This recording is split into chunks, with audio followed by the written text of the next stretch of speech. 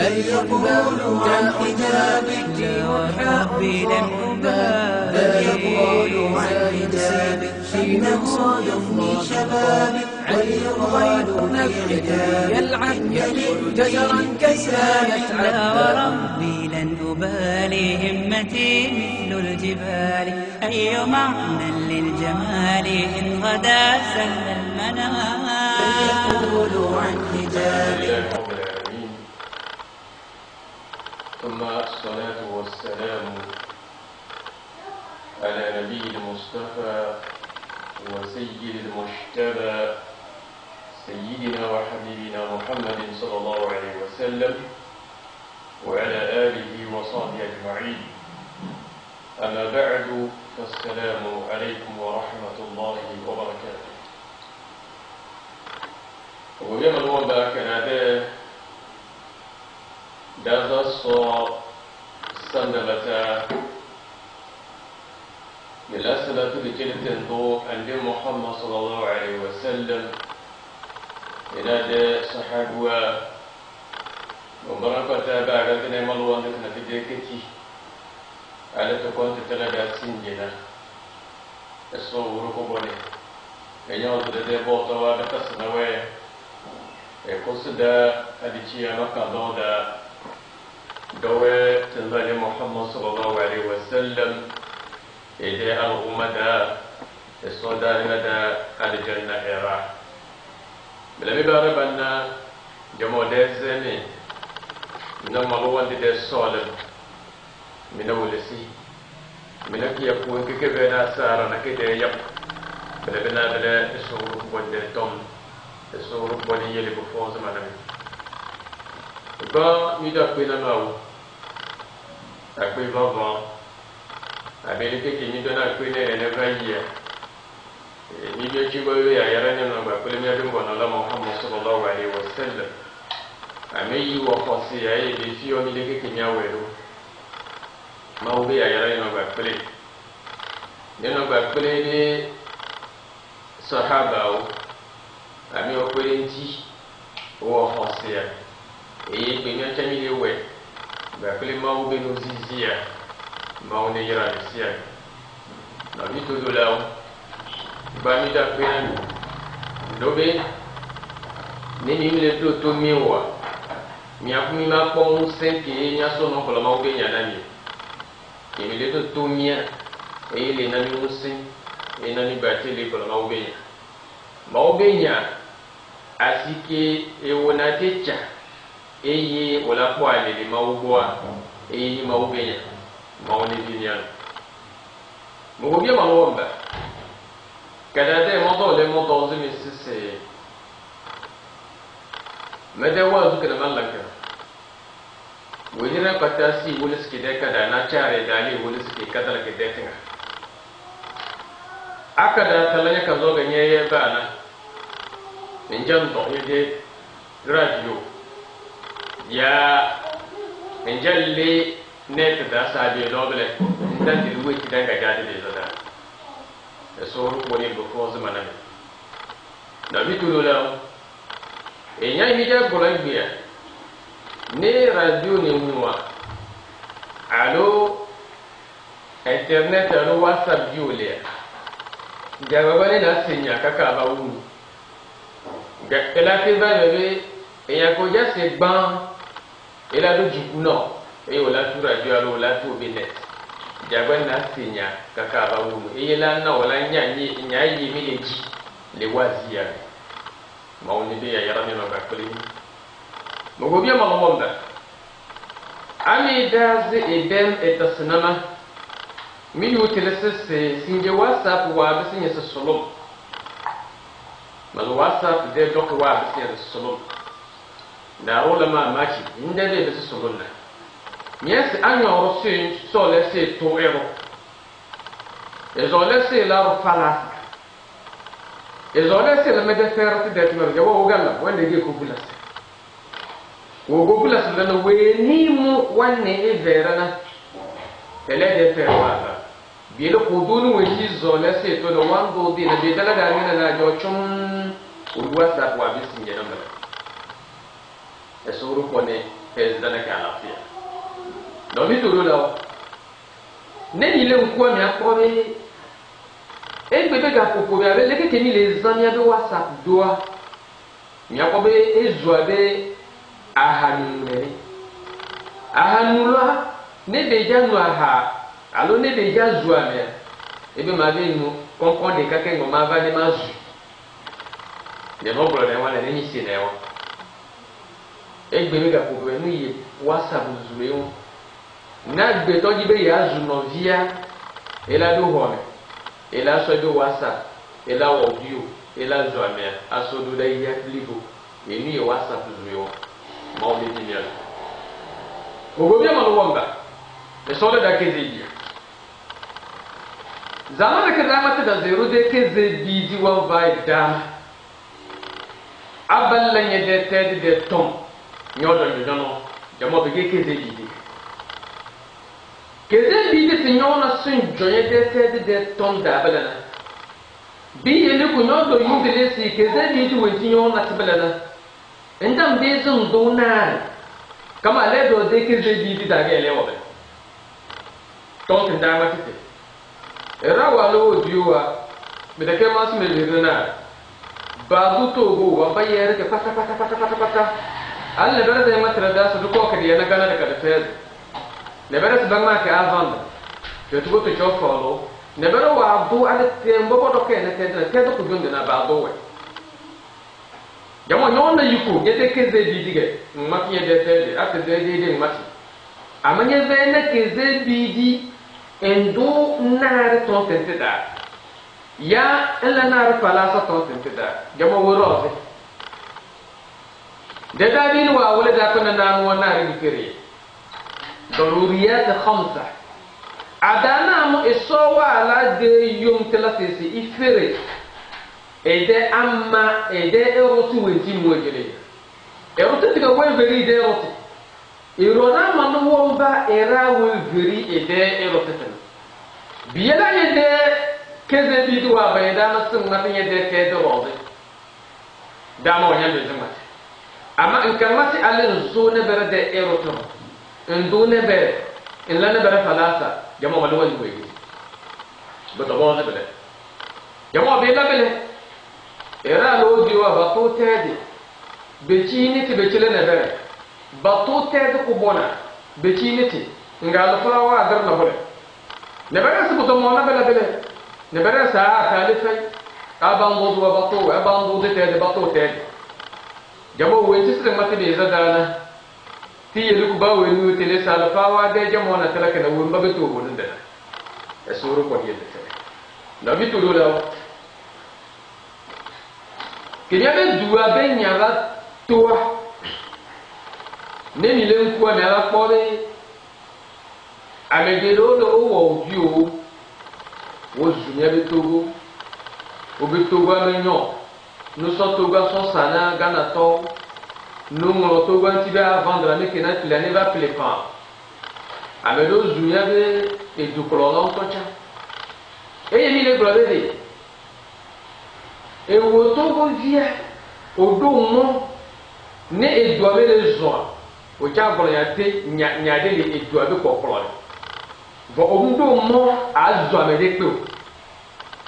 ondo mo azu dua ondo mo azu ame o le klo dua vo odo mo e nya yo cho po la sova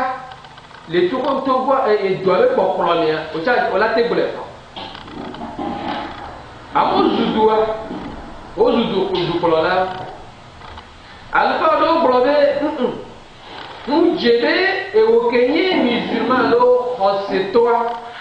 o la zudu kolola o alo la zudua alfa o de tukara mo no agotola te zuola te zuopa eye alfa mo de tepebi me kenye ya tepeto no vi o matenya o ba enya e ni ya bro le ngogbe e la de ti o me ke o yi o le ya tepeji alfa ko gbo ngba zuzua edua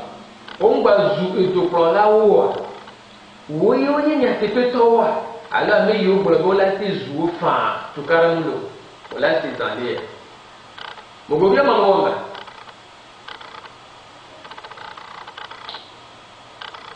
yes era na berana katana to kan mai ga balage mai katana to kan mai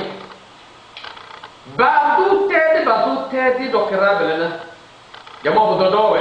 nga bazala alfawa mbabo dose o batu tedi dokera ya tedi talefai wo mbabo dos ay kala bele budobo min du tedi dokera ya tedi na belano bo beda jamo kudunu wa alina bidele na bezuna bele balaba de berga kuduni ni jamo kudunu wa da alfawa afa alfawa mba wasa fudele da badajin kuduni na jamo bododo jamo bidele ba wi alla de fa wa da jamo dogo no tana zinna de to go chido alfa kuma na woro kene da sunna na jamo be genye bododo to ada no chuko yo kendo na kena dogo ti dallo falas kuduni na che china de na che jamo magas bakada da ma ti bela fa wa na tirada ala sabil misal tadana mono malo wazu na kirma matis betonte na ma matis do bela ingalo na roya salfa somo ko nya yesma ma de asin esman bir smalo audio ma vaz alfa man walwe ingase sesela mo do visa wa mulije bamba da visa bamba da nai bamba aja kiro bamba naina aja njos men bereni aja laban timon 20000 15000 20 na 15000 que koro ga mo se fazi 20000 na 15000 que bara ban se betizi na bella bamba ke na da bana lela e mo da wal visa e mo ani mo dos bakato wal fawa do no de ke ba galu do men nga be jambe mere mo da man de so ya baraka ba de so ya baraka amma ba cha ba de bombe de lige jamo belege la karo mo na ko no e so ro ko di de tere no bi do la ngola zande ya ba ide la fa do me ame yo les zutu wale zutu wa wale zutu pro la o be mu nyo ga wale ala fa do ame yo nya ala fa bo be a ku kana mu wala te zutu pro la wala te zutu wa o chole vo ko zutu pro la va be du avoir mais que yo jelo o jela ala fa to ji que WhatsApp to ala fa ko zu le WhatsApp dia ame yo ko zuwa nimkali wo subo nyaki ka wa o zumi le WhatsApp ji alfa di pum le bon ko le WhatsApp ji e do yi WhatsApp le we o e do ya me amedo le zan WhatsApp le we o azu amo bai ngolo ka de le wazu de me bele mo be ngolo nya de le wazu de le ka be ni chomya de togwa afa ko le be na nya be islam agba plebe de sunna o be subo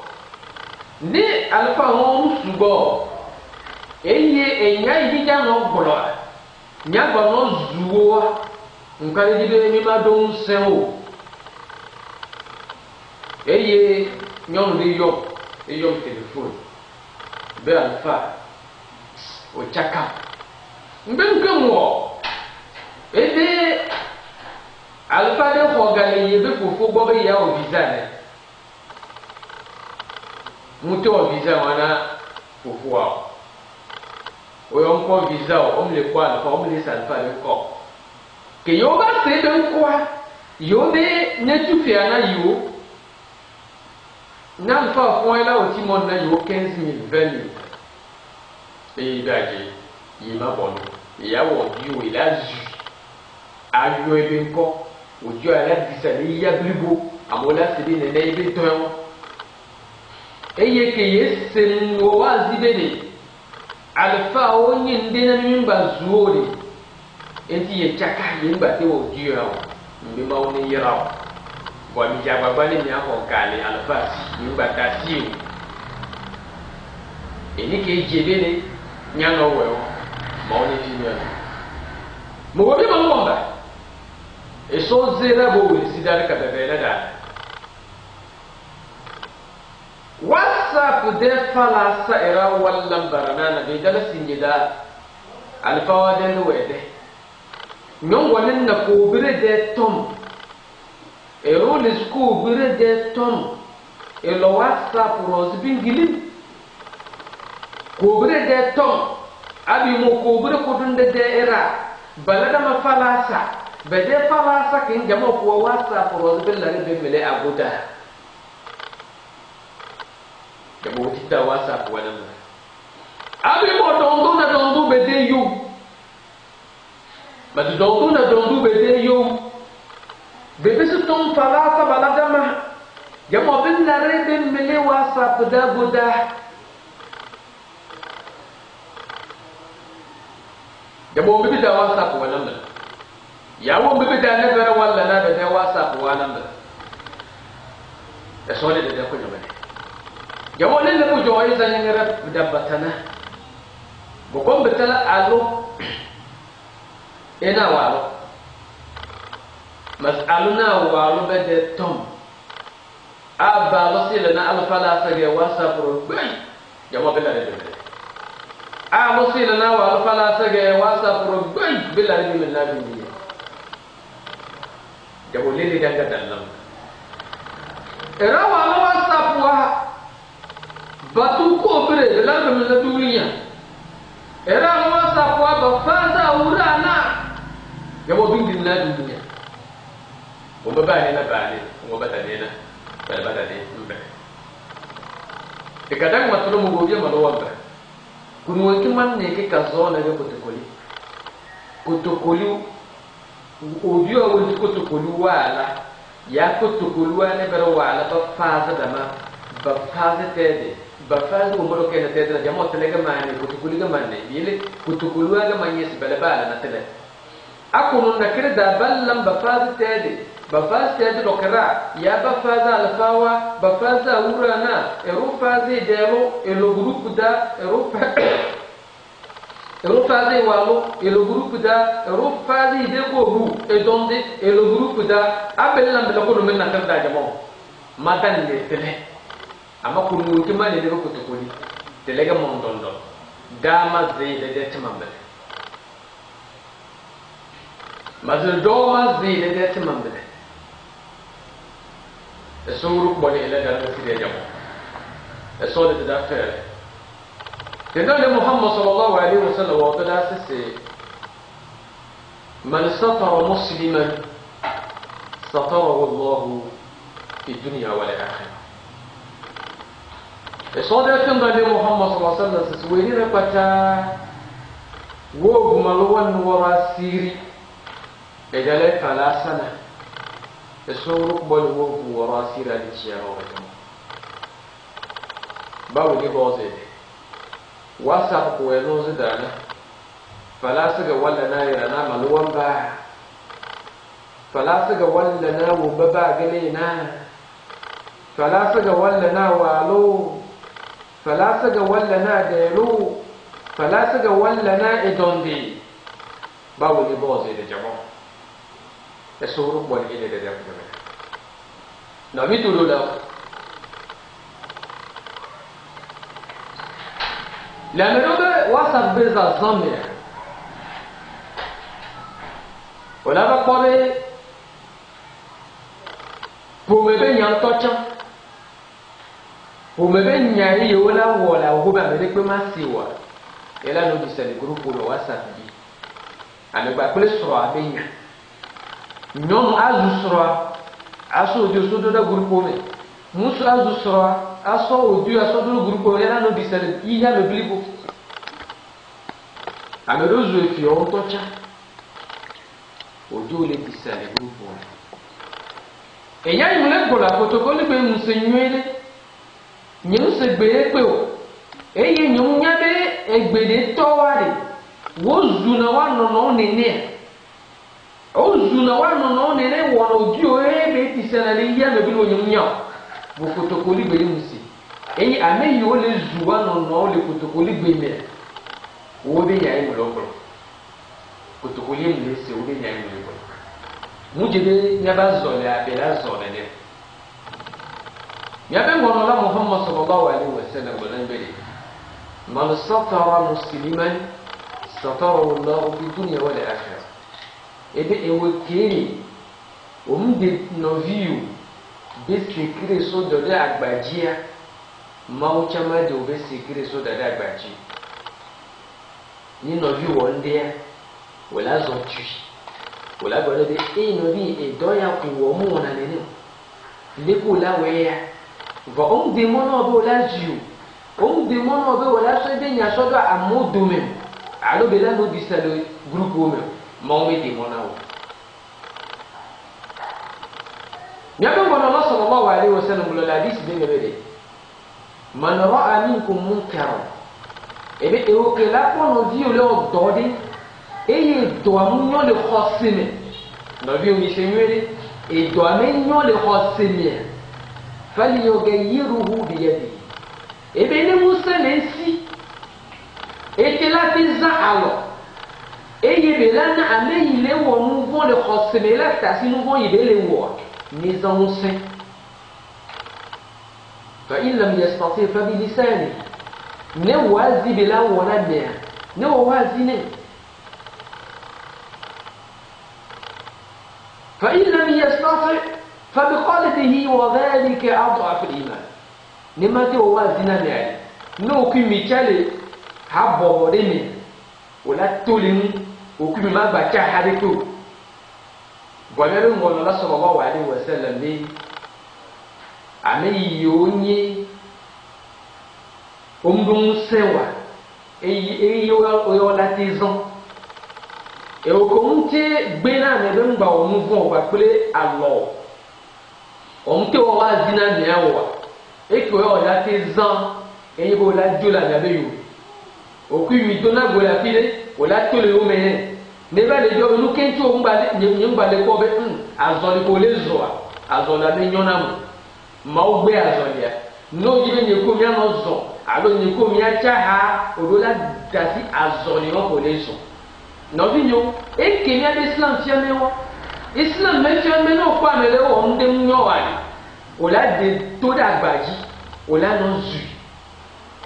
mo Islam me de mon ami le mo ni sorti mo go bi mo kenda ne Muhammad sallallahu alaihi wasallam we be da sama ra'a minkum munkar e sinya nan gobu e roge roge mamu wanne wannan da takazzo budo bozinzu e ga da fage e ga ce ko jodoge e ga wurubuge e ga rije duge kai alun gonde jamo e ga ya ga ba be boze inzinai iyele temerade e yin kana re sallah inges be boze anyu wona yuko boto mo e bana de mo e waye de yuko jezi nyambezi emeli doni esunguli yede doni yele ela tuba yele timana tandale jamo mina man wadu wa dosel lay falasa l'invasi l'endoi jamo malo to to bale adam sallallahu alaihi wasallam sanya wendam bizil lat nyebele yuko roze esle wazu mbojo dala ya iyaye nyono kaza nyam ndo na malundi wedi boto boti nyam mbele biyerinya boto ndozi nyawe wazula ngezange ne mente gatideli anye ne mente shan wan gatideli de boti ngendale awo bonu ro bo de u moto ti manna nyeke moto ti manna manna ya denga ti moto ti manna nyede no nyam no mbele na kido buma lo wande biyele ma le nyoro awure le nyele nyede la kaza kaza manna nya dambe de jo yamo wati man wanda wala mbele malu wanda ka wala da asisi a ruke al fage e ga jiyege e ga lazige e ga li de duge e ga tedu ko juduge ega wurubuge awala na buru da kazo maluwan bane bara ele ba fazuwe balo falasa becinwe kama maluwan da tabale wati maluwan da waga da nan do atata makru fa nyam beze badin jo ne barande jama bele da ga do wasinji erwan do te ro jama e che photo se wembi so wa lela ali tana problem moto na bingi na dunia whatsapp wa jama ya me ta bele da ga do ali mutu jo ne da kutu kuluwana da lo ga ba ga whatsapp ai jon da lo ga ba ga whatsapp mutu jo ne whatsapp wa lena ko bude buti di vele le dindi zirla ko go ba wena sai whatsapp roze whatsapp wa mutu jo ne sa alona wa be vele le bonjo bala pa ko na sai whatsapp ro biele bingilla duriya abi la duriya be jo whatsapp wa lena dondu ko buti be vele le se be kati bala be de don dre de fa wena sai whatsapp biele won titre ko ta ba jambang matna abang mata le heri tonge bo bela de mele duriya am go balla da mafala ke bo bingilin duniya le do balla da mafala sa adon do na don do ke balla da mafala sa bingil la duniya anu na wa lo ke balla da mafala sa bingil la duniya le do bo ba su do nyoz na bo nyoz che ngo bo to ka dan ti we ti ba ga la do na bingil la ngo mo don ichele era jamo wasa ko woni na ber wala na be de wasa ba na e suru ko ni da siriya jamo bele boro sinye da rada bata wo bugolodi ali bobo worsi malu wonde bo worsi malu wamba bo worsi na tibe de te jamo bele rama machi alfa wala wa du de rin ki afiyanda sa sebele riba jamo bele rikici jamo yawe inga tilaga danga gadi tilaga da yelen inga ribakam na rikici bubutu ko kombo so farande na kirsin gida be boss jamo da maka da deto benabele dede loko wa bamba dana dede jingirwa bamba dana dede sulumbiya benjale dana jamo irkici wa zo bita jamo be boss malo bani eso de ne dare de kadang matulo ko wa de ba tana jingiru wa de ma na sulumbiya de be belana ba we la karo ala fawa salfawa de timarege ay muallimat wa de timarege to bun bele bal nan ko bundo amma ni mo go sinje ne ber wa ba ko wa de kala fawa ba de kala majruwa era wa ba jingiru wa ba de man wa ba de kala fawa ba de kala majruwa ba de kam muallimat wa biela ton tuna dang matna te damana damal wa ba da mai pata gaba de jama'a ne tontana le ba ne kalo to go da ce be gege le ruli de se emu mawo e tara ke de rosa ngo go poro da go ku kanya go su sa ko wa bele be sa tan la ruwa ta do ta talase yaw ma be gege li de na ba ta do ta talase se be bo ba ma ba do ro ba ta ne be foto ya bo ko ko ko da ka dinga an ba do sa ko wata ba ko ba ba se be foto be kila da musulmana kan mala ban ba ka mun mana tinga ban ba ka mun jamo bera no le no dozo walla tinara timaketena de ka be galle bila asu jonya se alfawa yaw bara pata denge jeri wali de se bala de kirna ba de mambele nyoro ko do ya no nyora no me worose e raja mo ko joli me worose te do ko jo ya tu cho ko no jamo denge jeli ru feni denge jeli de no feni kaza ga mun de ka daras jamo abi mo fena ko kina fena ko sala na can bo kun feni na tele ki bi ci ko na sa be do bele wumbi dara wannan bile daga jani ruli de bom majingiri na can lidi de riba de ka bata mata jingiri jamo wumbi binga ti chene weni architect weni la tila timana bor betanga na borsa salana na leo jamo na le ko majingiri an kanyenga do be kilisima wa wona si lo jingiri kinna bal ba se jasu jolin na ga bombo bol na jingiri se bala wana na bal ba su wom jingiri wa wembe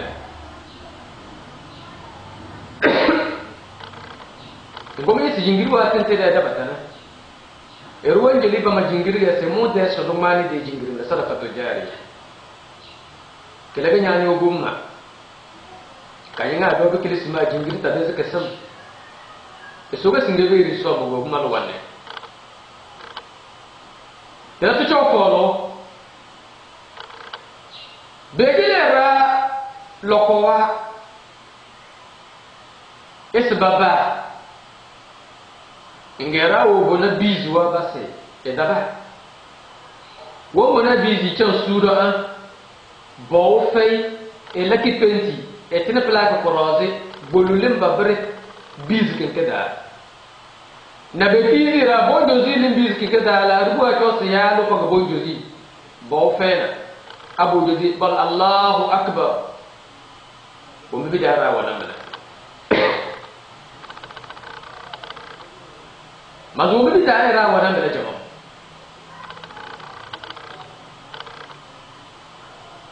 medan fa na arwa ya zama sisse imo mi lokowa inge mo na limazi na ga mo o nyanyo jobele na be ko nyo do nyala re nyamle mu lokoko mo mo parandi cenga ba nyo do nyu biye la kirini mugobe malo mo waje nde na ko na sibila wana na ai we ke bakatolo ikeki alfa ko to wa so ai kimaro ala sa ngal fa wa da cha ko na tudo na kiri chele bongala sibila wana na jama we ga ta tilando alfa wa na yara da ta la alfa we nde sin yin ga tibiro wa ga to tilaga alfa da alfa go ko to wa yeki de la rubuna la rubu we be ela we be na lo yutilisi loko kodomo joga bazinga bandro loko wada bat mana wo bosu loko kodomo jo an awa de na plaque kana basimba tolo e de plaque se loko kodomo ken awa wona batasu bakene plaque kana batolo kele basi folo de kalo ko wonti butulu be de bazinga be nan kemo de ke wa bana loko kepengi na kera jogo wo bozinga jama wonti dara wasi ngena mele yo era fo bolodi de ka ba wono si jamor na padata amfani wonti tin wona singedan din nona wo mabala bande na bande to go ide na pata wo woro sa aso ese ba jadi irkiti ase to goda kamalo ko wasim era we gili batamba wenti bamba kana tilati de pla ko ga beng bezi boko ke fati batene belana jamo era wallam belana ke batallam wo ma ballam belana bododo ama bengalete de agbarona bi jambo joye zu ngara pata benjiri wala ko wala bede tamambe alfana ruwa wala ma tusa wudiya wejele ma ko kodomo na kere sama bai jamo ma ba loko betene abe nassa nalfa yam esmane mazna esi bobodu mbolo ko ken kojo injeki foto ngekima wora de men berni sese ade bela bide ya suwa min zole bela be bodu ba bin ba woni min jelili de bon nyodo ko watte ka benje ti foto be yekimi jamo go wamo gesu wumbi ele mallam bela de ke loko ga mata de ke nyoga mata la yarada amadani ba mate silele do mi de togo da abe jele loko se ba no kina ro wamba na kala ko ro wombo na plake tele borogo mondo nya mazinge me de loko foto ngi ki me be se me de plake tare ya ben ben ke batare na ka jabo togo ile ga waya de ganganta na balla tamaana na jamo bobon go de togorne bobon go de alfa wana almazid wa maballan tamaradin daidaina de kabu jone togo alfa wana de tamambale ya wo mabamma jingirwa ya bamba no ko wana de tamambale yama bobon go de tede yele sinye dal bobin kilina dulinya si togo da wombi togo da ma chona mbele yama de kara no le ano do ga sababi kinayo mo ma sunare da ida smaya ama ton tele mege zo wombi ne bere wo bedana mbele bale so de ne da no mi to do lawo le ga popo yero nya tobe amedo ji on tobe entere e ga yon to le di bola dua et il y a l'église là dans le Togo. Où l'église alpha benko. Où l'église là benko. Amola do do ki se de nya doka ole wo. Nyam to mi ebe ga popo ya men. Menya alpha o de kuna vudona mo. Nya alpha o de tuna masalasi. Nya alpha o de o kono wa menonti. Amelo lo wono do o ye musulman o omnya alfa omnya alfa o omnya almazru o cho wono do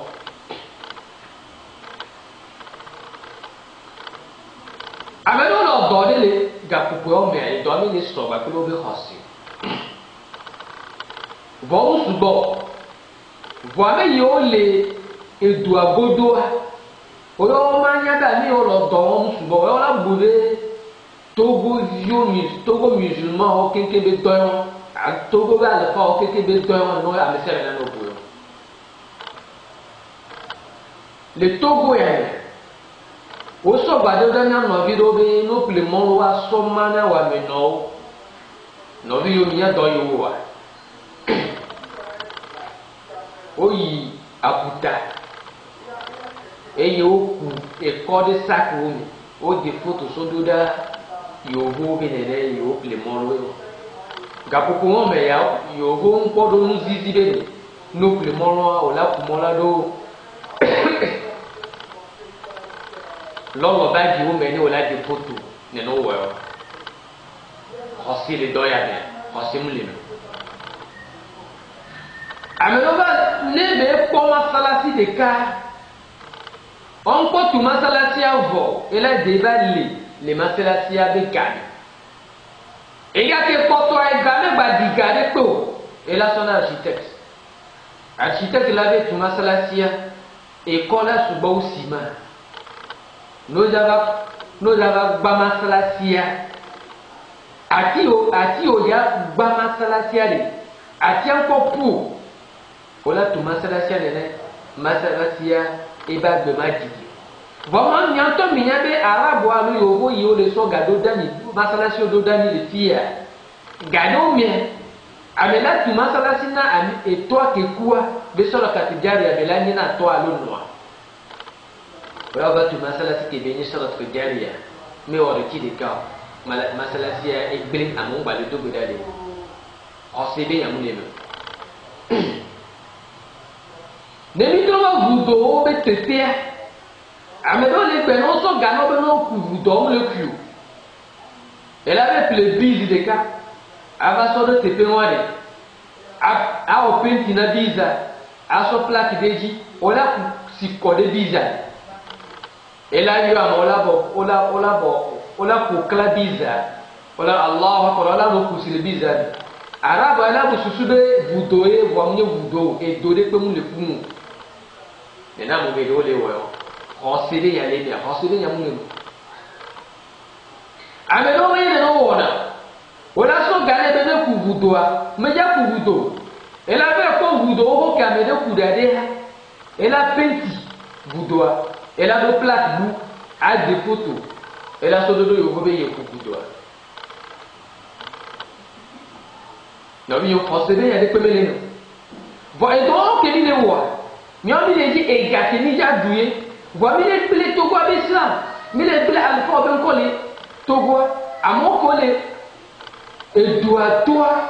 nous on les tient là pour vous soucier de néné, à mes siens avec les tout masala c'est le Togo à l'effort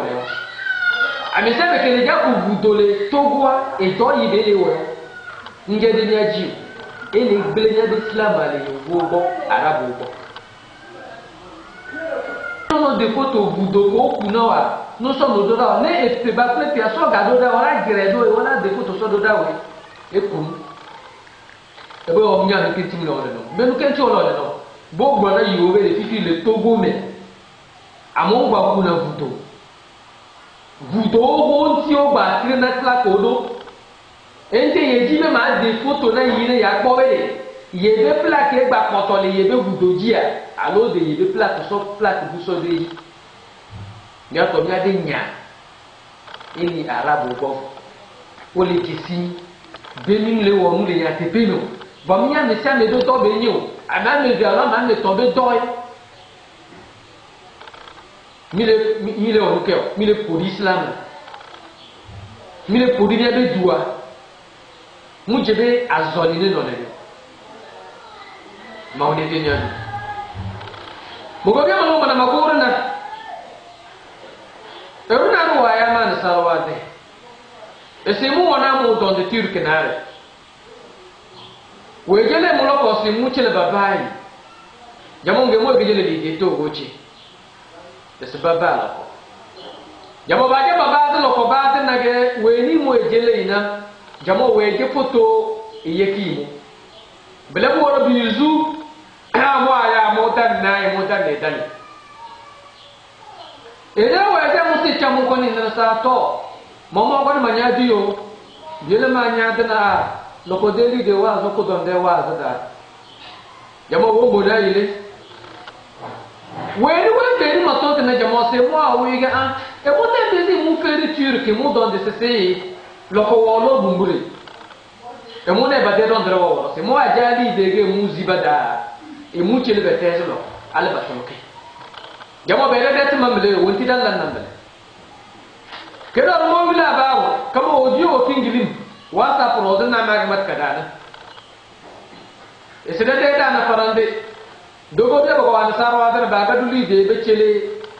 dogo bi ala fa na be sababa wala ko wa jamo lo ko wa tin na tezo lem kama ni ga bala jamo na daga bizuwa ga baja ba sai ba dabba bolulim ba bare ba cha pla ko batar nugo biya tinga wa ga malide jamo ba dabba ko wa matan jama ya bi da te de amma da na fama de jamo bizuwa ga baja ba sai bala ti penti ba tan pla ko ba dabba bala ba ko bakane daga bala ba ya bana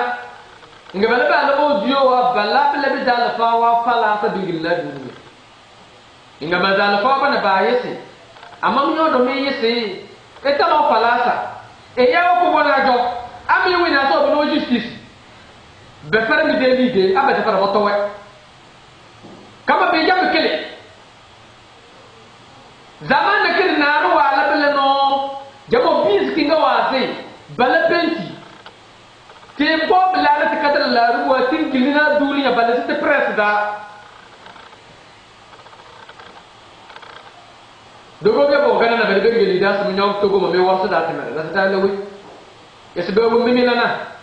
bien la la rubu atala da yara da do bando de afrika bando de es be lega do jawara nga e ro ko do de la ka sambele wo bu ilodi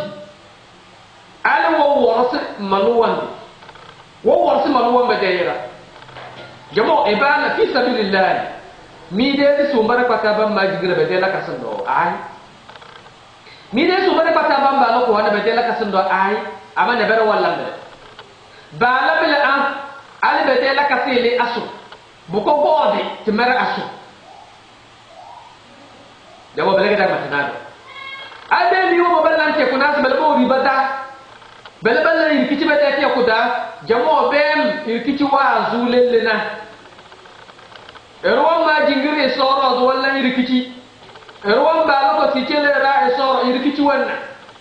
jamo danga ne so zada girma mata ma sun gibe da kala fawari ko wamba ko ko wa be da kali mazru wari ko wamba ko da bero wamba ko be da kala fawari ka be da kali mazru wamba ke bal wamba bamba jingiru waro bile ba won mo na sallallahu ka amana ga bige abe ga jin yalla abe ga salana na lu kirje deme amman kala da kici an ya la da kici e so wa bozi ya ayyuhal ladina amanu la takulu amwalakum bainakum bil batil alfa wannan da tafsir kina ba wani wani e so wa ya de zira isibeke di da madeli de irkici ko joda go boto ko joda asensi ko joda ai e so we e so ko da Syria na bi to do la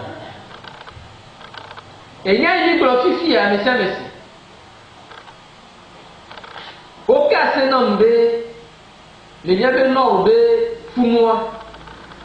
mia no vi do le ro o joga so do da mia ba le fa do be no ku do na yo alfa avec les bisous so da o me ku buto o ku si de buto bisous won o tre pla ko o pent o de photo so da nya o to no violo me nya ara bo so ga do da o to no vi o be gai ko jamba wa nke to wa ko be de o ku buto wa o bisous o so ba da de o chan o nko jibo ni le nya wa mi o chan wa odi o zu alfa won fan ojo ni disa ni hia me bilibo eyim le bro be ni kafala cha o nko odi oyo o la klo justice o la tufia non tufia o la so de ga kome dobe escroquerie o la klo de ga kome o la tufia ke mo la de auto ame veku da me to a na gbegbe ga pokume amo bure bube to gwa liboa ame ne pe me gbale odo gba pele nya tepe o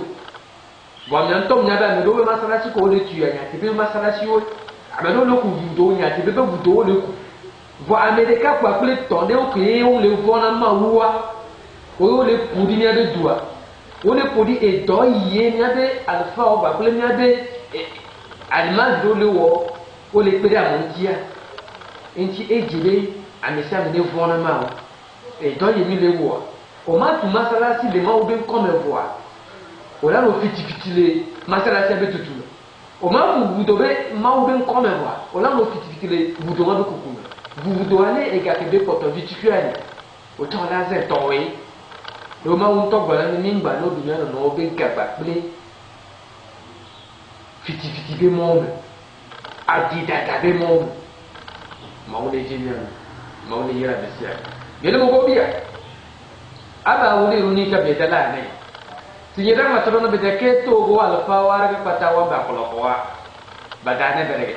de ke to go ali madri wara ka patawa ba ko wa badane berege de ke to go mal won bar ka patawa ba ko wa bamba ko jingiru wa ne berege broge tiyeda alfa na bara yo bo be be tiyo le jingiri era alfa we no won bana won ma jingiri won bana ko daga waya e go ban fa ga waya manu wa won ma to zo de jingiri zo de biir jamo do ko ko de temay ale bo kom bela ale heri won ti kun won be nje dike de rasba zina manu won bo kom blo ne ba unyo ir ki ci do ñorose ño fiti fitu ñorose ñan ni na ñu lo dina won won sta mara ga do da mati ni sibda na so tela o mo di de na so ro ko ni ko na ga jamo wasa ta ge fala sa de dari wasa to modan na falasa deyi kijama bingin na duniya bungo bele chirinya na rose nyozana mimba nyozi amamu do wanzo irajo na nyozi na kale yasuru ko min da siriya yasuni da ko min wasallallahu ala nabiyina muhammad wa ala alihi wa sahbihi ajma'in assalamu alaikum wa rahmatullahi wa barakatuh